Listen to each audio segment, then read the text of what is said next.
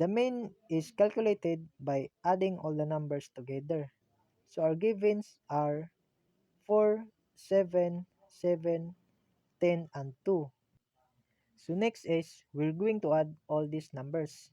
So 4 plus 7 is equal to 11, plus 7, 18, plus 10 is 28, plus 2 is equal to 30. So next is dividing by the number of values. So let's divide it into 5 because they are 5 numbers. So 30 divided by 5 is equal to 6. So the main number is 6. Median, the middle value of a dataset when it is ordered from smallest to largest. So let's arrange our number from smallest to largest. So we have 2, 4, 7, 7, 10.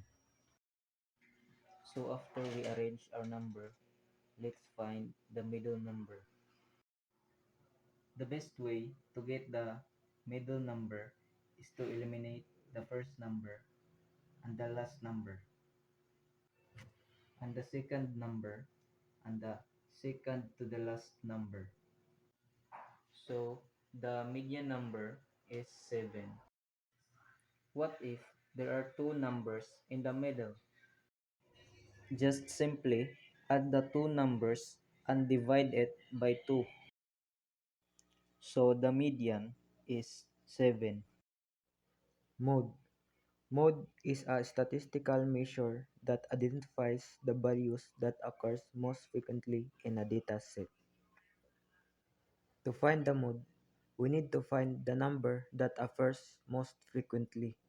So as you can see here, there are only one number that appeared twice.